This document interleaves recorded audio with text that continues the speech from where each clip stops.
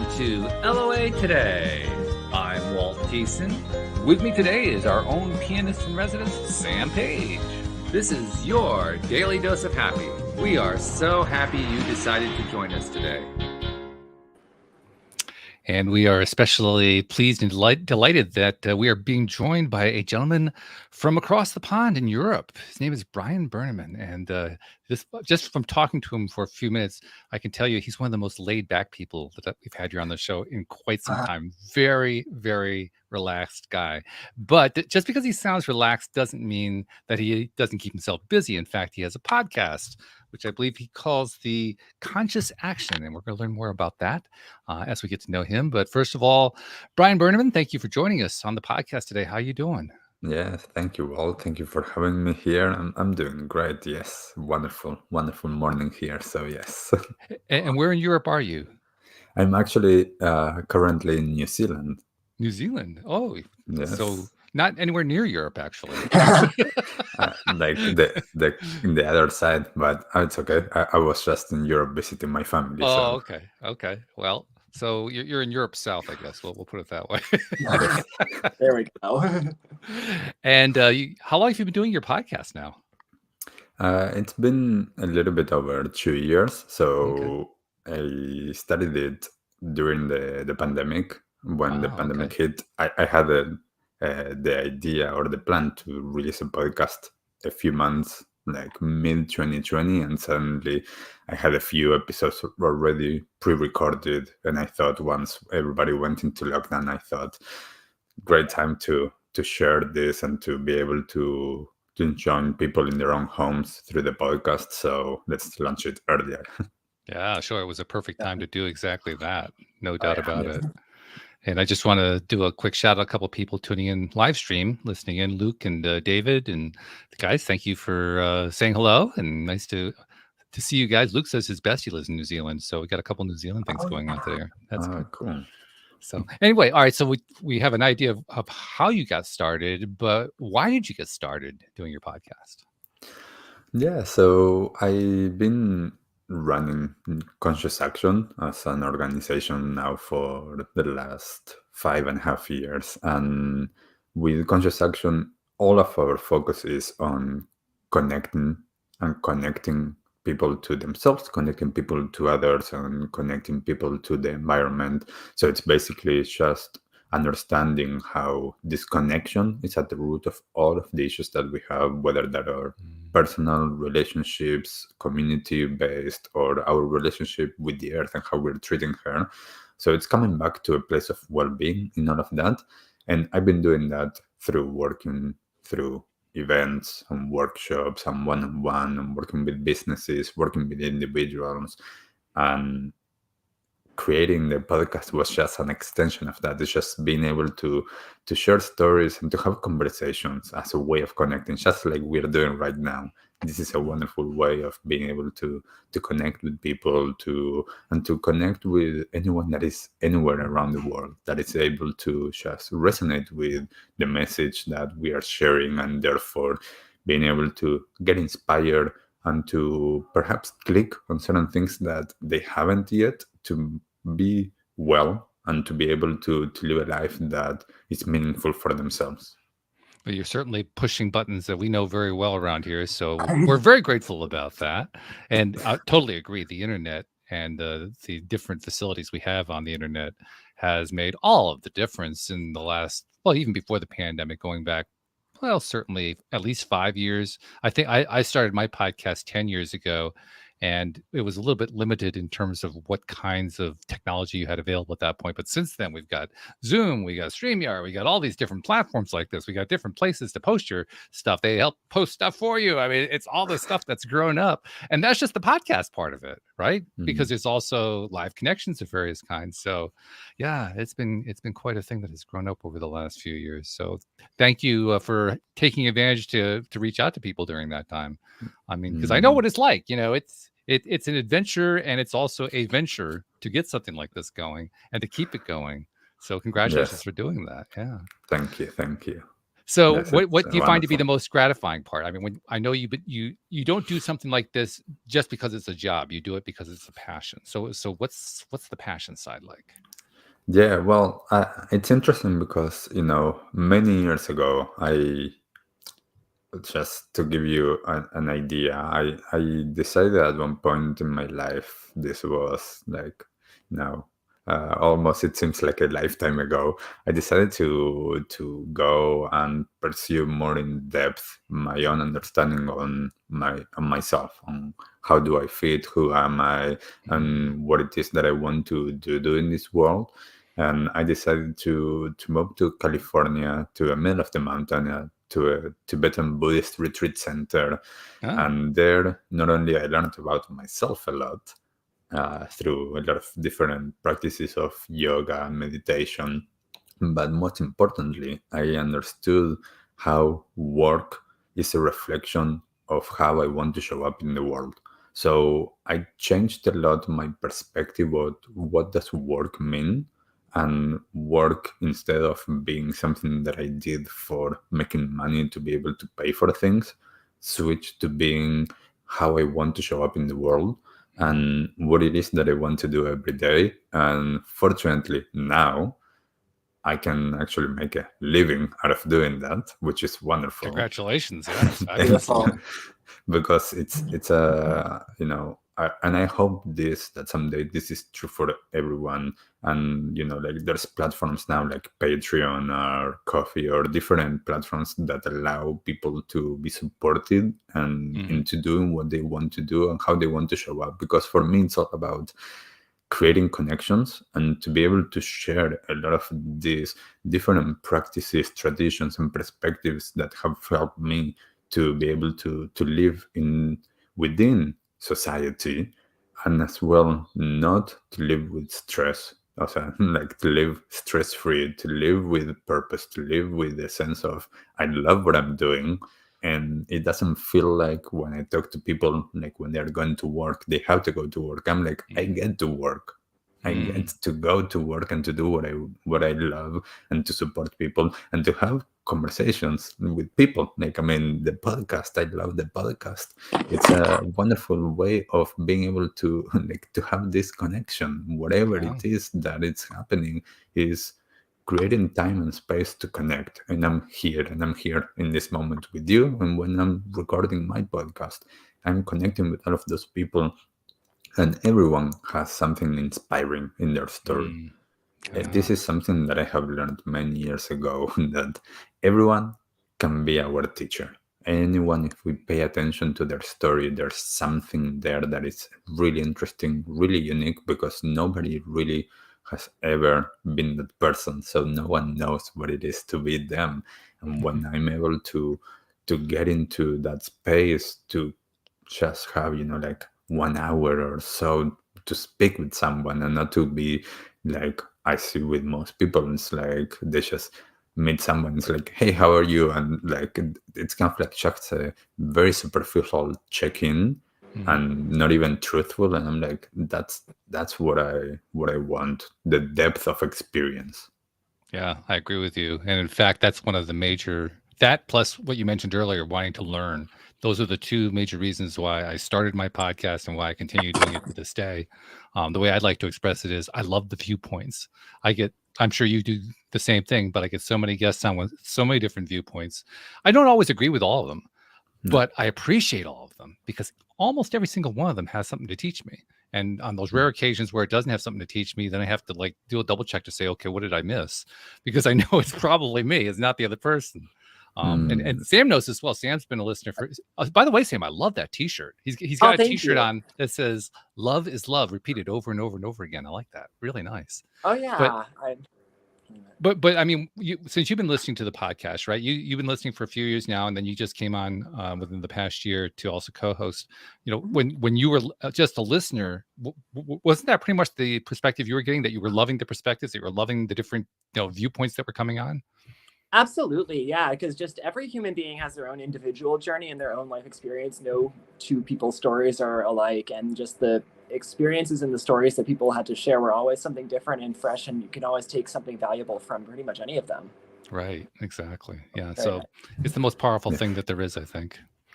nice. Yeah, and as both of you are saying, I think that one of the key things for me is understanding everyone is kind and everyone like is loving, like as you're having on your t-shirt, love is love, like everyone is a loving, kind, compassionate person. Yeah. Yet at the same time, alongside that, a lot of people have a lot of past experiences that have formed them to shape their mind and their beliefs in different ways. Especially like I work with a lot of like people with mental health issues or with some trauma, and that we all have trauma. Sure. And that is, understanding that anytime that someone behaves in a way that I'm like, ooh, or I don't agree with, is understanding it's not them. They are loving people.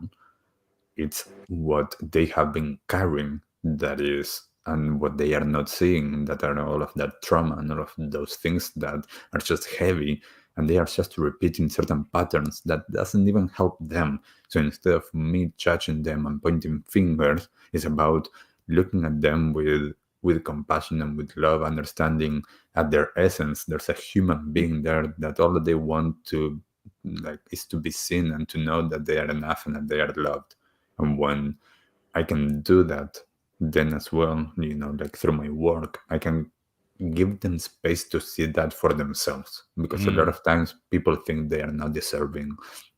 There's, like I work, especially like when I work at the university that I teach here or with a lot of younger people, there's so many with depression and with anxiety and suicidal, and it's like, well, like how do we change that? Because the world is getting even more and more separated, like everyone, like it's not coming together, and people don't realize they don't have as many skills to share how to be with each other and how to hold space when the other one doesn't want to be told something, they just want to be.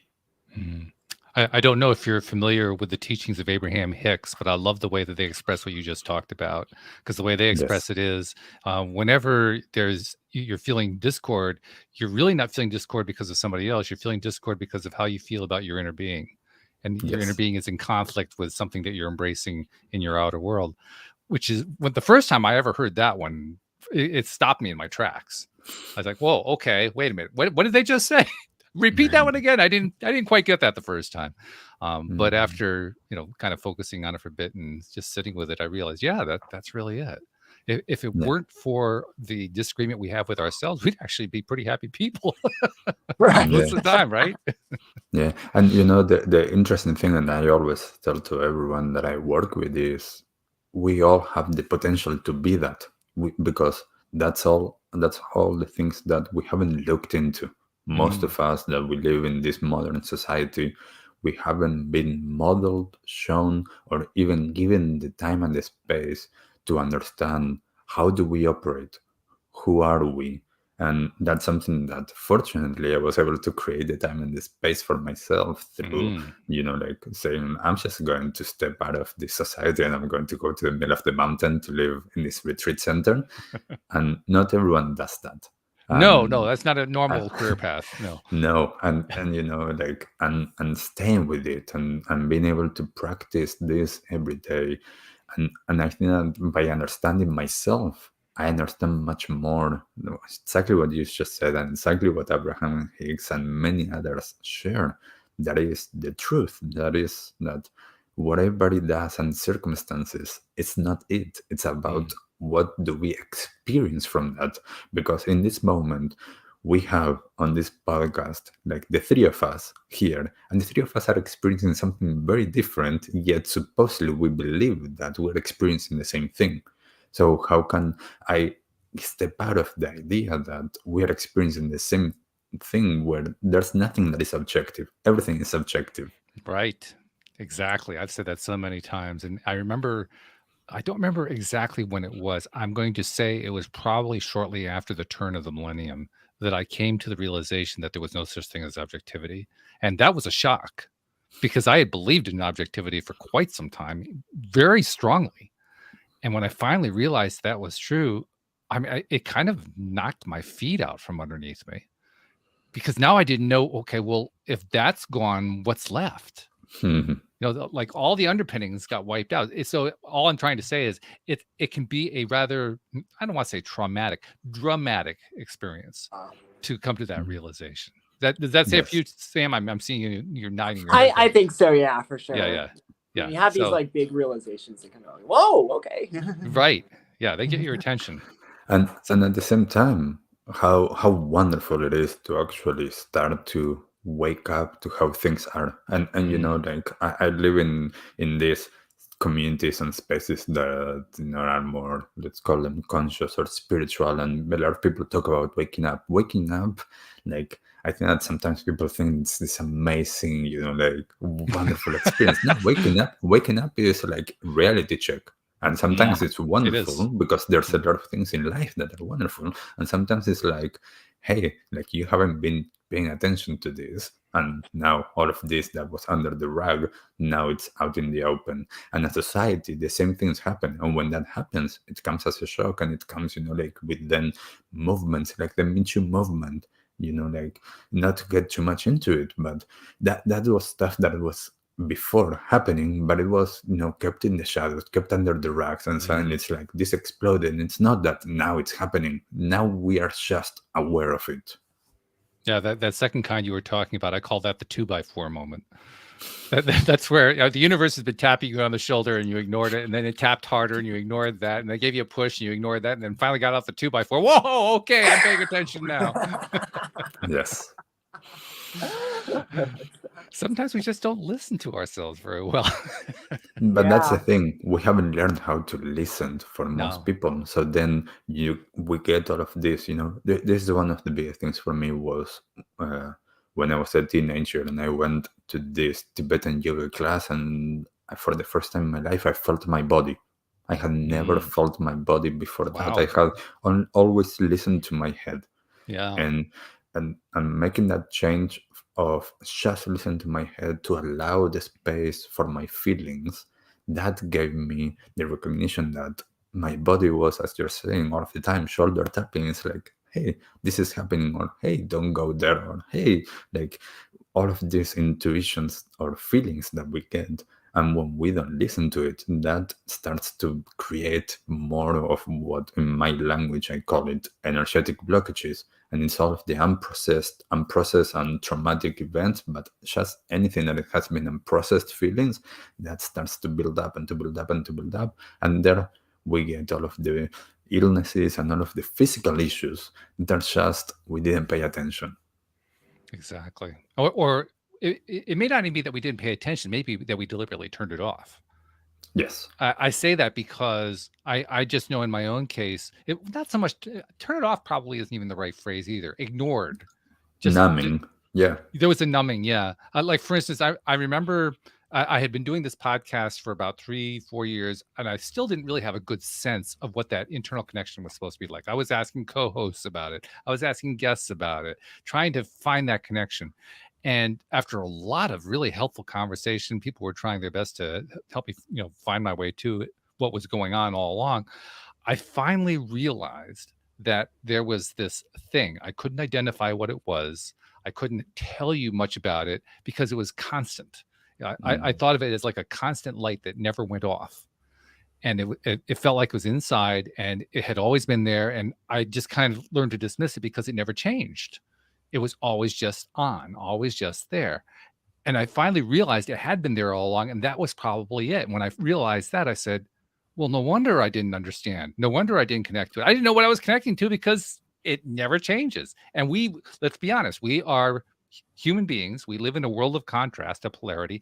We rely on that contrast. We rely on that polarity. So when the polarity is lacking, when there's no dark to be opposite the light, we don't know what to do with it. We it's just part of the way we process things. But once I made that connection, once I understood that was the connection, well, I felt like I was no longer left out. I actually felt left out before. I felt like everybody else had it, not me. I thought there was like something wrong. And everybody feels that, it's one of the things. I think it's one of the things. Yes. Go, Sam. Oh no, I thought you were talking about a bad connection because they were breaking up, and then I was like, oh, I think we're good now. Oh, okay. Like Well, one of it the was a things, different kind of connection, yeah, but yeah, I mean, you're on the right track. Indeed. one of the things that I see sometimes is, I'm facilitating a class and I see people, kind of like looking through the corner of the eye to the other people, and I'm like, this is not competitions, just go back to yourself. Nobody's caring about what you think. Everybody thinks that you are thinking about them. Everybody thinks that they are the ones being judged. And as you're saying, like, we live with this, like, everybody's judging me, and it's, who cares? That's one of the greatest gifts that my parents gave me. I don't know how they did it, but they gave me this who cares mentality. It's not that not caring about people. It's about not allowing myself to be someone that I'm not because someone else might think something of me, or even if they do think of that, even if they tell me that is who I want to be. Like when I was a teenager, I remember being 12 or 13, something like that, and like my friends started to get into discovering and trying to explore, drinking alcohol or smoking cigarettes and stuff like that. And I didn't want to do it. And I said no. And I was, like perfectly okay with that and perfectly okay with being called the loser because I wasn't doing that. And I'm like, cool, like I'm a loser. Who cares? Like I don't care if you think that. I don't want to do that. And I could see how so many of my friends that I knew that they didn't want to do that, they felt pressured into doing that. Yeah. Whether that was direct pressure or just in their mind Right. that they felt that pressure. And that is something that as society, we and the more that we are able to learn about ourselves, the more that we can stand our ground into who we want to be, into who we are, and to coming back to that essence that there's it's hard to pinpoint it because it's not there. It's not like it's something that we can see so easily.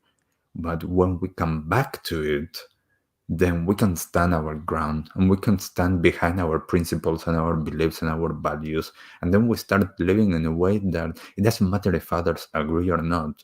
It's aligned to who we are. Yeah, well, who we truly are is what I think you're saying there, and Yeah. that's part of that that discovery process that we've been talking about pretty much from the beginning of the conversation here, learning to discover who we are to ourselves and what our relationship is to ourselves.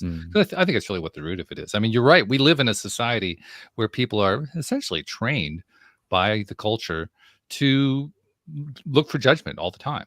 And so we expect to be judged and we expect to judge, and it's a judging way of life. So when we're faced with a situation where all of a sudden people don't judge, that also can be disconcerting. Right. That, right? Why aren't you judging me? Yeah, there's something wrong with you. Come on. Most people don't know how to be with that. When I'm having conversations with someone, especially like with clients, but even with some friends, and all that I'm doing is just listening. For some people, it's disconcerting. They don't know what to do. It's like, what do you think? What do you think? Like, you haven't interjected anything. You haven't judged me. You haven't said this happens to me too. You haven't hijacked this conversation. It's like they sometimes they don't know what to do, and that's the thing. We've been conditioned in a certain way, and in this modern society, like something that I say often is everything is going fast. Where we're going, people don't know. They're just going fast. They're just in case, and instead of slowing Just in down, case. and it's just in case that like I'm You don't want to missing miss out. something, right? Yeah, it's that. It's like, oh, I'm missing out on what everybody like seems to be like. They got it, and nope. Like most people don't got it. Most people are just chasing something, and they haven't created the time and the space to slow down and to make a self inquiry and to question things.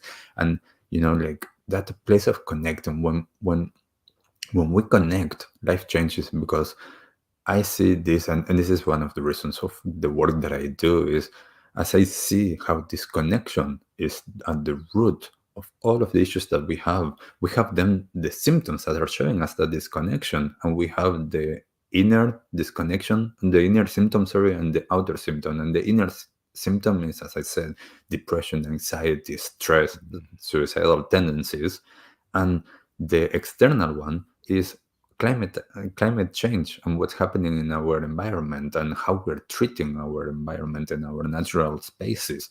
These are just the the symptoms of that root cause that is the disconnection. Because if I understand how precious my life is, then I will change the way that I am to not get to that place. If I understand my connection to the earth and to the natural world, then I won't treat the earth in a way that is disrespectful, that is treating her, just taking resources and not caring for her.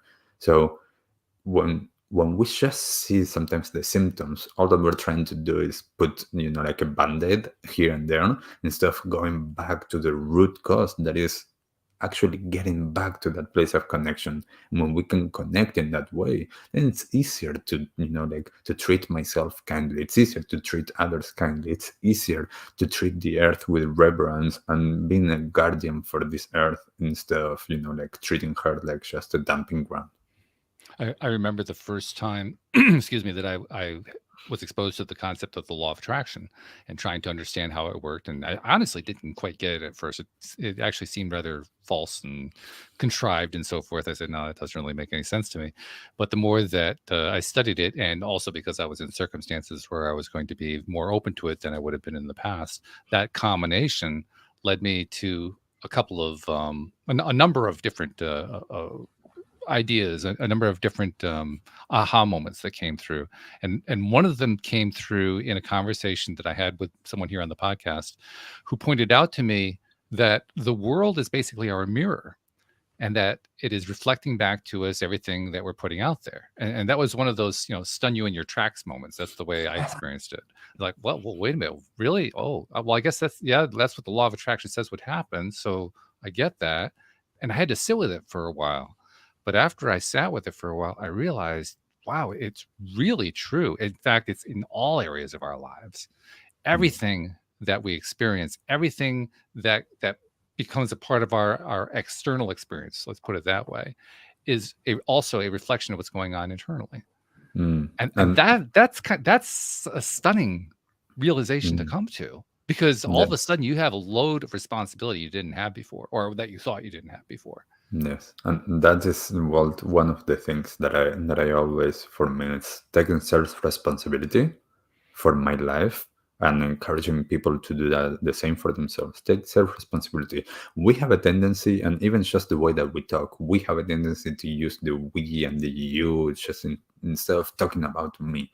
In everything, like when I'm working with clients, or when I'm teaching, I encourage everyone that is participating, at least during that moment, because from a communication standpoint, it's much harder to just say I this, I that, because then everybody thinks I'm just super selfish and I'm just making everything about me. And it's like, well, no, that's just my reality. I cannot put my reality onto you. And one of the things as well that I think that is super important is to understand all of the subconscious and the unconscious parts of our life. Because when we understand that, we understand as well that it's not just what we are consciously choosing every day, that, as I was just saying, with the law of attraction, that we're putting into the field, and it's like, like abundance or whatever it is that we want in our lives. It's like, well, if I haven't healed, if I haven't integrated, healing is about integrating, coming back to that place of wholeness. So when I'm working with people and I'm doing, I see them for healings or for some, like holistic treatment, I'm not healing them. I'm not a healer. I always say to them, it's just you coming back to your wholeness. And all that I'm doing is just creating this space and giving you some keys to open some doors, but it's you the one that needs to open them. That's the self-responsibility, is that there's no one that is going to come and save you. It's you saving yourself. Yes, we can do that together. Yes, we can support each other. Yes, we can be there for one another. Yet it is me the one that needs to do my own work, and I cannot do it for you. I can hold your hand. I can help you and support you in the way that you want. And when one is able to integrate more and more and more, because there's a lot, and I work with not only what happened in this lifetime, I work what happened in past lifetimes and what happened to our ancestors, that we are carrying that for our ancestors and all of that trauma.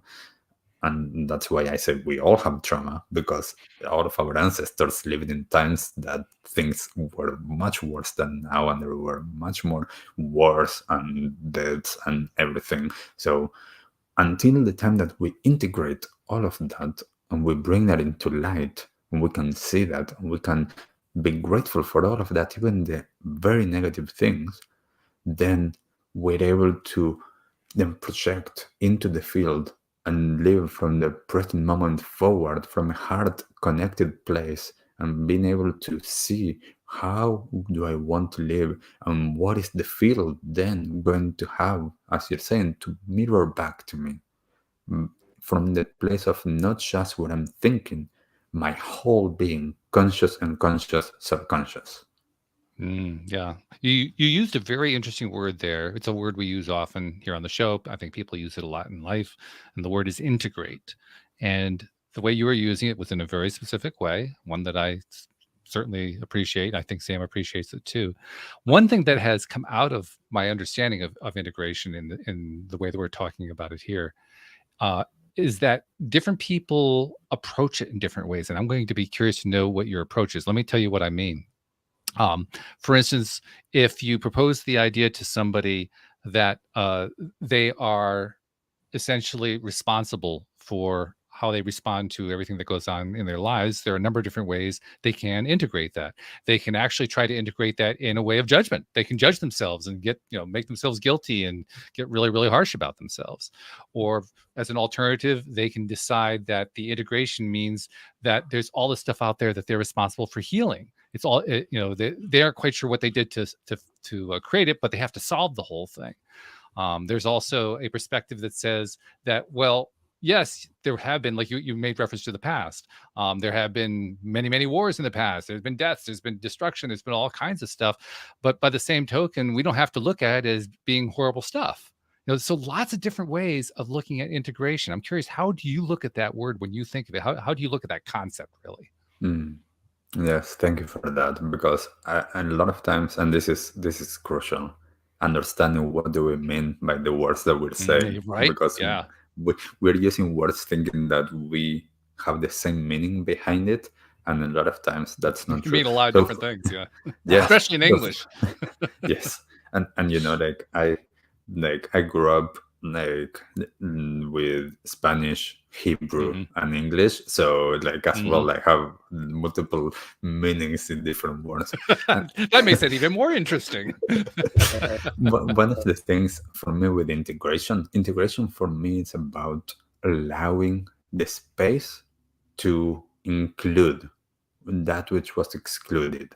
So, and this, I use this a lot from the family constellations or systemic constellations perspective. That is one of the tools that I use, that it's about bringing that which hasn't been seen or has been put under the rag, or even all of those feelings that I haven't processed, all of that trauma that I didn't want to see because my body was protecting me.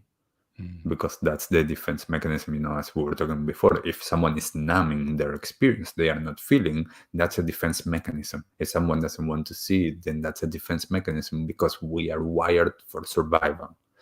As we are wired for survival, there's a lot of these different things in our being or system energetically that we haven't processed, we haven't fully integrated, embraced, as we allow time and space to see all of that, to feel it, to literally process it, then we're able to integrate it. And as an example, I remember many years ago, I was in a relationship and my then girlfriend broke up with me. And I still loved her. I still wanted to be with her. Yet I understand we just broke up. So I went and I sat down, and and I said to myself, I'm not going to stand until I fully feel this and I integrate this. So I sat down, and by that time I had a fairly, good meditation practice. So it didn't take me that much, but it was roughly around 40 minutes of feeling the feelings and just allowing myself to fully feel what I was feeling. That relationship just ended. I'm losing my girlfriend, I'm losing the relationship, I'm losing who I am in relationship to that, and I'm losing my best friend, and I still had to see her at work. Oh, make it so more interesting. Okay, yeah. so I'm like, I'm just going to sit and really feel this and integrate this in my life. So by the time that I stood up, there was no resistance. I could see her and there was no resistance. I still loved her. That feeling didn't go away. Yet I didn't have any resistance because I actually felt the experience. I felt the feelings in my belly. I felt the feelings in my chest. I felt the feelings in my throat. I felt the feelings that were just showing up in my experience. And by processing that, I integrated that experience fully. So then I could move forward. I could move on. And it's not about moving on without looking at that. It's about that. It's about integrating. From a family constellations perspective, as an example, in my own experience, my grandpa, had to escape the Poland on the Second World War because he comes from a Jewish family, and most of his family was killed there. Yet he was able to escape. And when I was doing this work, I had to heal my relationship with what the Nazis did, and I Sure. even had to include from a very different, and this was one of the hardest things for me, include Hitler and the Nazis and see them with love and see them from a place of gratitude, not like taking them off the hook for what they did. They're responsible for what they did. It's about me not being a victim anymore, because my family was living from a place of victimhood because of what was done. And so, well, I wouldn't be here if it wasn't because that happened, because if that didn't happen, my grandpa wouldn't have escaped and wouldn't have done everything that he did in order for then my father to be born and then for me to be born. So if I Right. can change the lens of some of the things that already happened, I cannot change what happened.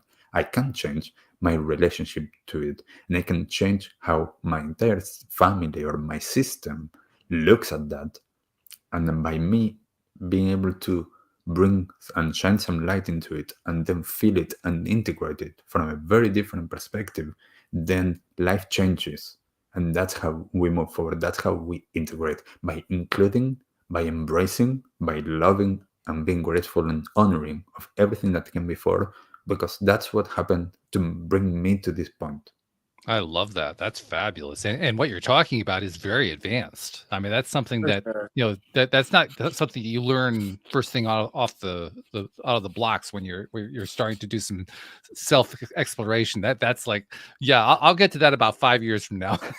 You put that one off to last because that's the tough one. And there are a lot of people, we know this. There are a lot of people in society who would reject you for saying that, who Yes. would say you have no appreciation for all the people who were harmed by the Nazis, and they will give you lists and lists of all the horrors and so forth.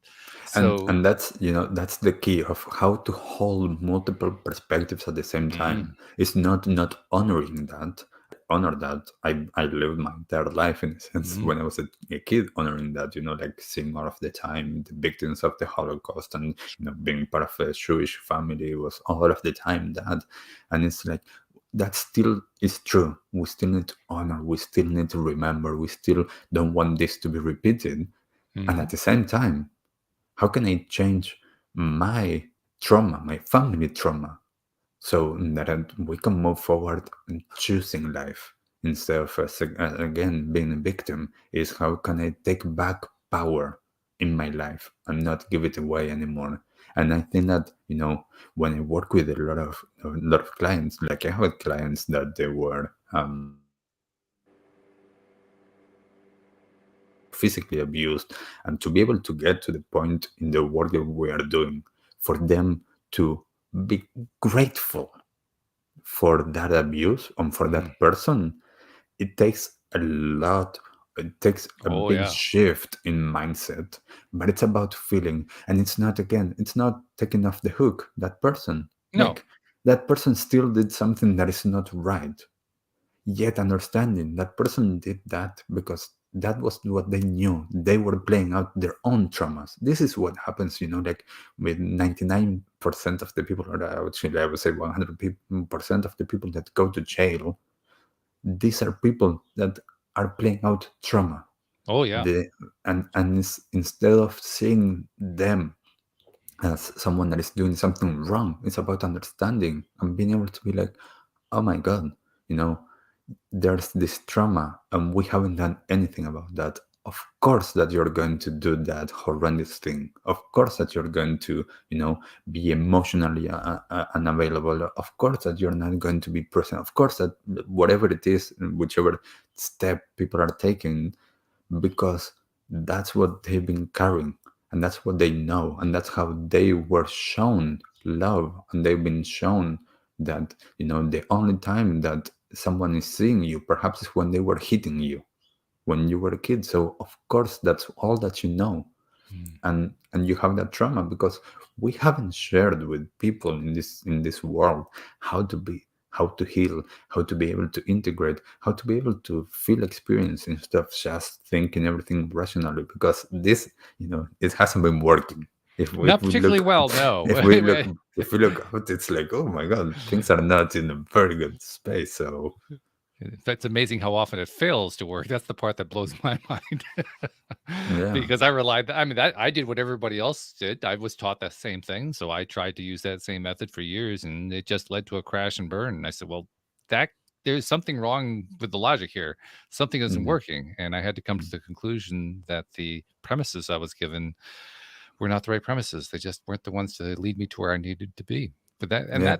that's a lot to take in. It's a lot Yeah. to absorb. It really is. And it can be a And lifetime to do it Walt, too.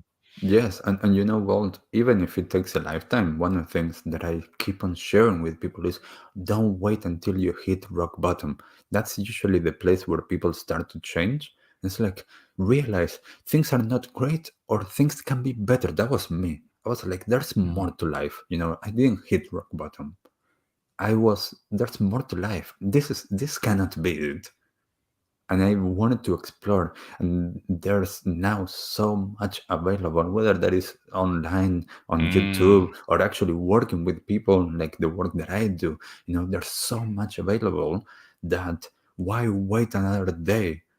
Because that day that we're not doing anything, that day might come where we hit rock bottom, and sometimes we don't get back up, at least in this lifetime, from rock bottom. I'm sure you have experienced this through your podcast. I've experienced this a lot through doing this podcast. I know Sam has experienced it. Sam and I have both been through a program called the Tie-Up Program, where we Oh, yeah. explored very much the same kinds of things you're talking about here, and through the various other speakers who've been on the program here that I've learned from. Again, the same kinds of concepts keep coming up over and over and over again. But the one thing that I am pointing to that I know you've experienced, I'm sure you have, I know I've experienced it here, is seeing more and more how people are opening up to the idea. Well, this is what we call becoming enlightened. I never really liked the phrase becoming enlightened. I think of like, some where they turn on the light bulb or something. No, that's horrific. But this opening up to new possibilities and exploring new possibilities about themselves, about their relationship to life, to other people, and exploring ideas that they had never explored before, and being willing to do the kinds of things like you talked about, sitting with something that's unpleasant until you kind of work your way through it and you've released it all. That it's a new concept for most of us, and yet I'm seeing more and more and more people doing it. I Mm, take great heart from that. I yes. I take a lot of hope for mankind as a whole, seeing more and more and more and more people doing that right And now. Walt, I see this completely as you're saying. There's more and more people that have woken up to the idea that their mental health is actually important, that they are Mm, living a life that perhaps is not aligned to who they want to be. And just touching on something that you just mentioned, and perhaps you didn't even mean it in this way, from what I took, that, like it's about feeling, and then you yeah. said releasing. For me, it's not about releasing, it's about integrating, it's about including. Okay. Yeah, sure. Yeah. And perhaps you meant that, and this is why, like, as you asked me for what do I mean by integrating, it's that it's, it's not, cutting cords with anything. It's about, no, I want to include in everything in my life, because all of that has happened. I And think when I that's think of how the I word process. releasing, I think of releasing in terms of releasing the angst associated with something, releasing the frustration, the tension, that's the part that's being released. Yes. The relationship to the person or the thing itself, that remains. But Yes. it's the I'm tied up in a knot feeling that's being released. Yes, and that's why I wanted to say that, because perhaps for someone that is watching or listening to this, their understanding of releasing is just trying to push away, and it's not. That's not the way. The way is in, and as you're saying, the word enlightenment. When I was learning Tibetan, um, because I wanted to understand more the Buddhist teachings and what it was, because translations, they're tricky. I have done Yes. translation work in the past. It's very tricky to do translation. And one of the things, for example, that I saw from the word Buddha, or enlightenment, that in Tibetan is Sangye. It means, inside of that word, that's how it's taken as enlightenment. There is like an understanding inside of that is everything purified, everything cleansed, and then everything expanded. So from what I take about that is that, this enlightenment, or this different thing that we are trying to perhaps achieve, or that we're seeing that in certain traditions, that's the aim. There's already in the word, at least in the Tibetan language, there's the steps: is go in, purify, cleanse, integrate, and then expand. Yeah, sure. I don't know if you noticed, there's a question from the live stream. Luke in the live stream wrote a comment with a question. He says, "Wow, I love the soothing, calm way you were talking, Brian. I feel like I talk so fast out of maybe being nervous or something else. Were you always this calm, or is that a practiced skill?" I was definitely not, Luke. I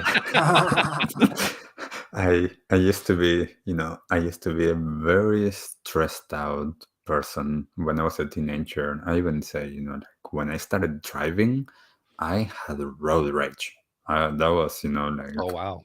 yes, I would be, Oh, you were one of those people. Oh, okay. yes, I was one of those people. If someone cut me off, I was like, F you, and like, and yes, everything. And I was a very, I was a very different person in a lot of senses. I was just in my mind, and there were just certain things in life that I did a little bit slowly, like eating. For some reason, I always ate slowly, but in everyday life, everything was fast and stressful. And it was through years and years of doing all of these different practices to come back to myself and to be able to return to my essence, that I understood the importance of creating space for myself, of moving slowly, of doing things slowly. Because as I said before, where are we going so fast? When we're going too fast, all that we're doing, as Luke is pointing, is perhaps we're avoiding. We are not wanting to see. And by doing that, we keep on creating more on this backpack that we're carrying, that is perhaps 100 kilos that we're carrying on our back, carrying all of these unprocessed feelings, because that's how we survive. Yet when we create the space and the time to stop or to slow down, it changes things. And this is one of the things, a lot of times that I get asked, like, can you give me like a tip? And it's like, there's a lot of things, but I can say slow down. Slow down can change so much stuff in life, because it creates enough space for us to question things, for us to inquire, is this how I want to be? Is this how I want to respond instead of react to any given situation? When I create a space, I can respond to life. I can respond in an interaction with someone instead of reacting, going to just my behaviors or the patterns of behaviors that usually come with a reaction. Mhm. So if I can go slowly, and that doesn't mean, like we're not going to be operating in life and this is just, something that doesn't allow us to have good interactions. We can have this wonderful conversation, and we can still take time to experience actually what's happening, to feel what's actually happening. And by doing that, I can respond, I can be present, I can pay attention, and I can respond appropriately to what life is throwing at me. So it's been a wonderful process of coming back to my body, of coming back to my breath, of coming back to a place of integrating my mind and my body. Because a lot of times, when I started to do this work, it was kind of like my mind is the bad guy. In meditation, in mindfulness, in a lot of these things, it seems as we put a lot of negativity towards the mind. The mind is amazing. The mind is creative. The mind is and a lot of times I'm touching my head, and we all point to our heads when we're talking about the mind. That's just where the brain is. That's not where mind is. Yet that's where we put it. But how to integrate all of the parts of my being, how to integrate my experience, how to allow everything to be part of. And I can only do that if I relearn how to do things, if I can make changes in my life to create, meaningful interactions, to create meaning in my life, and to be able to change the way that all of those behaviors that no longer serve me, just changing them. And by me going slowly, I can do that. If I don't stop, if I don't create pauses, if I don't slow down, most likely I won't be able to change until that, the 2 by 4, as you say, like just hits you. Yes, it's very good at doing that, I must say. So just returning to Luke's question, the last part of the question, I want to make sure we really answered it to his satisfaction. I think you answered it, but I'm going to let you tie the shoestring together here. He says, is it a practice skill? Do you consider what you described practicing a skill? I think that it has definitely been through practices that I had taken as Tibetan yoga, that is a very conscious movement practice, with meditation and with some of the healing practices that I have taken on during the years, and that is some of the things that now I practice with and I teach. These have all been the tools that allowed me to reconnect with myself. So in a sense, yes, it's a practice skill. It's not that was the actual practice. It's been a lot of different things that brought me to this place. Yet I had to put the effort at some point. I had to be open at some point, and I had to be willing to have courage, and to be able to decide for myself. Do I want to live in this way that I was living, that was unhelpful for me and was unhelpful for others? Because who wants more, like angry people on the street and stressful people, where we can have more loving people? And that was the choice that I had to make. And it takes courage, it takes sometimes discipline. And as one of my teachers used to say, to have discipline, you need to find the right discipline as the right practice. What's the practice that resonates with you? And that's how, you don't have to put much effort. It's not a drag every day to do something. I tell a lot of times to some of my clients, perhaps it's not, let's try out different things, because sometimes it's not about a sitting meditation practice that you close your eyes and you stay still, and that might not be the right thing at this moment for that person.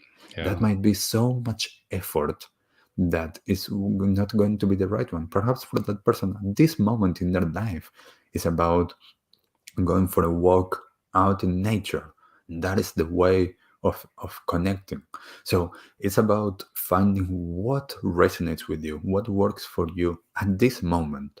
And then, as we evolve and change because of that, then it might still be that same practice, or it might be another one. That's beautiful. Luke responded. He says, I love that. He says, slowing down resonates very much. I needed to hear that. We sometimes don't realize how fast we are going and rushing through life. So I think you pressed a button there, maybe a few buttons. Yes. Definitely resonates with me too. So I appreciate Luke asking the question as well as your answer. I kind of just wrote down for myself, what's the hurry? Because that's a good question. Nice. Yeah, that's a good way to do it, right? And those are some reminders I used to have for many years on my computer corner, a post-it that said shoulders. And the reason why it says shoulders was because I had a very bad posture when I was a kid, but also because most of the time, and people don't realize this, they end up being super high with their Oh shoulders. They yeah, have tension. most all of the tension and of their Mhm. stress there. So every time that I looked in my computer corner, I would just move a few times Okay. my shoulders. And Yeah. by creating that multiple times during the day, I was releasing some of that tension, and therefore I can't live without holding that there. And that was one of the reminders that I had. The other one was smile. Like I I naturally love don't that. smile as much, so it was like just smile. And this is the thing, having reminders all of the time, because all of the all of the teachings, all of the tools, everything is just pointers to somewhere, pointers for us to come back to the truth of who we are, to our essence, and to how we want to show up in the world. And it's not about which door or which like key do I use. It's we're all different, so it's just finding that. By the way, Sam, Luke liked your comment. I don't know if you saw that, but he Oh, I says, did. I love that, Sam Page. What's the hurry, Luke? Is a great question to ask myself if I get anxious about something again. So There we go. Yeah. you See. scored a point there. There you go. Well Sorry. done. I love that, and I love what you were talking about, Brian. There, when you were you kind of started to make a point, and then you kind of bridged off of it. But I want to go back to the point you were making, that it can be kind of hard to narrow it down to one thing that we learned. I remember being on on someone else's podcast about 3 or 4 months ago, and they asked me, at what point did you I'm not sure how exactly the question was asked, but it was something like, at what point did you realize that you had broken through and that you made the changes you wanted to make? And I said, how long is the show? Because I mean, that was not a short answer. That was a very involved answer. It wasn't one thing. It wasn't just one point that, oh wow, the light bulb just went on. It doesn't work that way. And for some people it does. Like for some people there's Sometimes, yeah. recognition of certain like I can recognize that like 2 times in my teenage years where things drastically changed, because I realized, as I said, the first class that I went for Tibetan yoga was the first time that I felt my body, I felt my feelings. I was like, wow, I can recognize that. That's like a huge change. Yeah, that's And amazing. then the other one, when I went to learn how to do Reiki healing, like just the experience of feeling the energy between my hands, just being there, and suddenly Incredible. like my teacher is like, okay, we're going to start, and I'm like, whoa. And it's What like, was that? and those two, as a teenager especially, those two gave me such a like an experiential thing that I had never experienced before, that then like, and it's been a solid 17-18 years after that now, but of practicing and learning different traditions and opening my mind to different perspectives and practicing and taking time and slowing down. Yet I recognize there have been moments like that, or when I decided, like, I'm just going to leave this society and I'm going to go to the middle of the mountain to live at the Tibetan Buddhist retreat center. And it's like, well, like I have a few, in a sense, milestones, and at the same time, as you're saying, Sure. this is a constant daily Right. thing. Yep. And one of the things for me that is so important is the recognition that it doesn't matter what we have done up until this moment. Each moment is a new opportunity. Each moment gives us a chance to change. Each moment gives us the opportunity, because each moment is new. And it's like when someone makes like a New Year resolution or something like that, it's like, well, you didn't keep it, well, you can now and now and now and now and now. So having that understanding, every moment is a new opportunity, then that takes a lot of the pressure off as well. And it's not about being complacent or being lazy and not doing it, yet it's about the how amazing that each moment I get to choose. Each moment I get to come back to be like, oh, I was completely not aware. I was acting completely on automatic pilot, completely unconscious. And now I had a moment, for whatever reason, whether that was because I've been practicing or not, that I realized it's like, whoa, how do I want to choose to be now? Who do I want to choose to be now? How do I choose to show up? And that is what we have the opportunity each moment in our life to decide. And it's never too late. And that's one of the things, like it doesn't matter what age we have, every moment is a new opportunity. I love that. Absolutely. Brian's podcast is called the Conscious Action. I'm sure it's available on all major and most minor platforms everywhere. So Yes. wherever you listen to a podcast, that's where you'll find it. If someone wants to reach out to you, how do they find you, Brian? Yes, they can find me either through Conscious Action, and that, NZ as New Zealand, Conscious Action NZ on social media, or through the Conscious Action podcast, or consciousaction.co.nz as New Zealand, or through my name, Brian Berneman, as well. And they can find me there. They can check out the podcast. They can see all of the ways that they can work with me, doing online courses or working one-on-one. So yes, I'm there available, and I'd love to connect with people as well. That's beautiful. Well, thank you for spending this time. Thank you so much. Yeah, we really appreciate it. And Thank you. something I've been trying to make a practice to do, and I keep saying that as a reminder to myself. So I'm going to remind myself once more.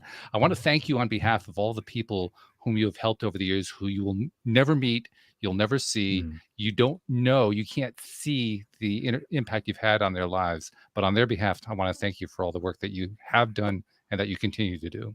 And thank you for joining us today. Yeah. Thank you for creating the time. Thank you for both of you for being here and creating this platform. And as well, I'm sure that there's countless beings that are resonating with this and that you have supported and helped through the years. So thank you. Beautiful thing. And Sam, as usual, I have to say once again, it's great that the last couple of weeks you have a good mic. We can actually hear you. That's a wonderful thing. Yeah. I like that too. All right. That's good stuff. So we're looking forward to more of that. And we didn't get any piano today, but we're going to have to hear something. I know you did a recording session. You got to give us something from the recording session sometime soon. I'll work on that maybe next Okay. Week. Yeah. Because we got to hear this stuff. I got to tell you, Brian, Sam is an amazing pianist. He is an undiscovered talent. And well, we discovered him. But yes. One step at a time. I'm okay, I guess so. So thank you very much, Sam. Thank you, Brian. Thank you to our live streamers, and thank you to our podcast listeners everywhere. We will see you all next time here on LOA Today. Goodbye, everybody.